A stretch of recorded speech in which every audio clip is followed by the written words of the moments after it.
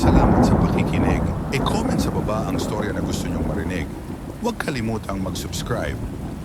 2 buwan na akong walang trabaho. Wala na akong maihain kahit sa sarili ko. At malapit nang ipa-kick out sa apartment. Kaya nung may nag-o-offer sa akin ng trabaho bilang night shift crew sa Burger Bites, isang fast food sa tabi ng highway, tinanggap ko agad. Hindi ko alam na ang mga patakarang ipapasunod sa akin ay hindi normal. At may mga dahilan kung bakit dapat silang sundin ng eksakto. Unang gabi, ang mga bawal manager si Ma'am Reyes. O ito ang mga rules mo, basahin mo ng mabuti. Hindi to biro. Inabot niya sa akin ang isang lumang papel na may nakatype na listahan. Narito ang ilan sa mga nakakabagabag na rules. Huwag lalabas para magyosi sa likod ng store pagdating ng 3:00 ng umaga. Kahit anong mangyari. Kung may umorder ng number 13, sabihin mo lang, wala po kaming ganon. Huwag kang magtatanong. Walang number 13 sa menu. Kung may tumawag sa drive-thru at walang boses, huwag mong sagutin. I-unplug mo agad ang headset. Kung may pumasok na babaeng naka-white dress at basa ang buhok, huwag mo siyang titigan. Ibigay mo lang ang order niya at sabihin, "Salamat po, ingat kayo." Ako, "Bakit? Anong meron?" "Ma'am Reyes," mataas ang kilay. "May crew dati na hindi sumunod. Nawala." Nanlamig ako, pero kailangan ko ang trabaho, kaya tinanggap ko. Ang unang violation, kwento ng nawalang crew.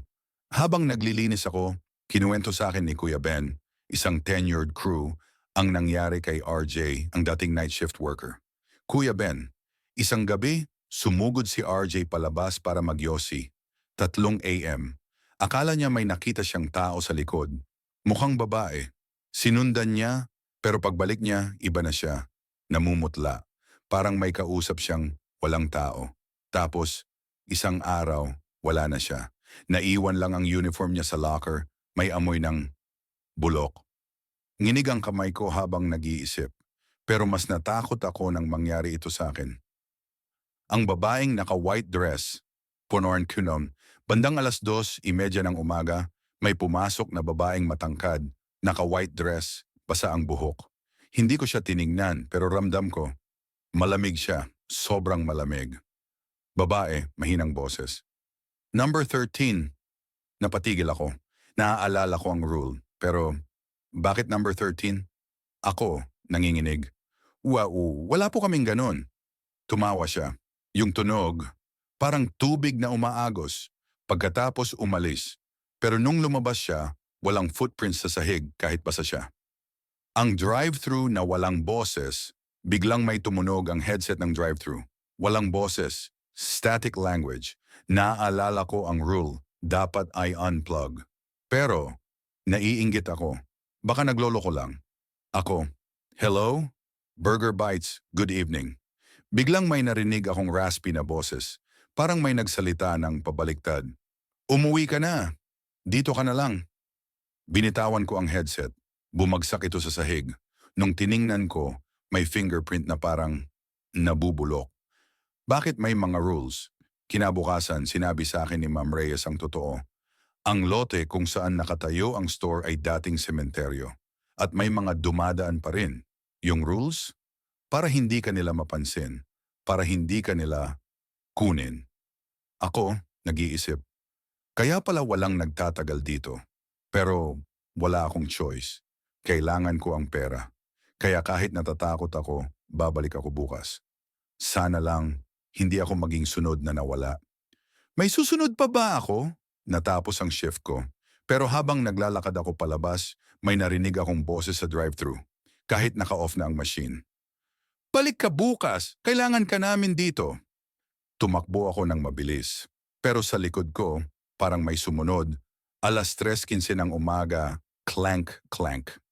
May tumutunog sa loob ng industrial freezer. Parang may naglalaro sa mga metal trays. Ako, nanginginig sa lamig at takot. Walang dapat tao dito. Nakalakto paggabi. Pero nang tingnan ko ang security monitor, may movement sa loob. Isang anino, hindi tao, pero humahaba ang leeg ng paikot-ikot. Tila hinahanap ako sa mga kamera. Bumalik ako sa counter. May bago sa receipt printer.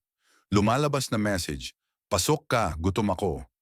Ang dating manager na nawala si Kuya Ben, yung tenured crew, biglang nagkwento. Alam mo ba kung bakit walang CCTV sa freezer? Dati kasi, may manager tayo na nag-check ng inventory ng madaling araw. Narinig ng morning crew yung huling sinabi niya sa radio. Pumikit si Kuya Ben bago ituloy. Putangina! Ano to? Static. Hindi siya dapat buhay. Tunog ng yelo na nababasag. Ayoko na. Ayoko na. Biglang putol. Naiwan lang daw niya ang shoes niya. Yung soles, frozen solid, parang tinapak niya sa something na sobrang lamig.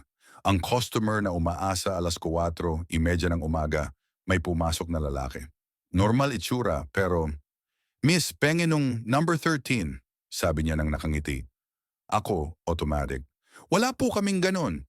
Tumawa siya. Alam mo bang lahat kayo pare-pareho ang sinasabi?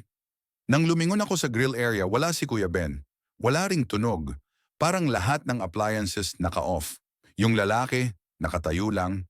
Yung ngiti niya, lumalapad, sobra. Hanggang sa dumugo na yung mga sulok ng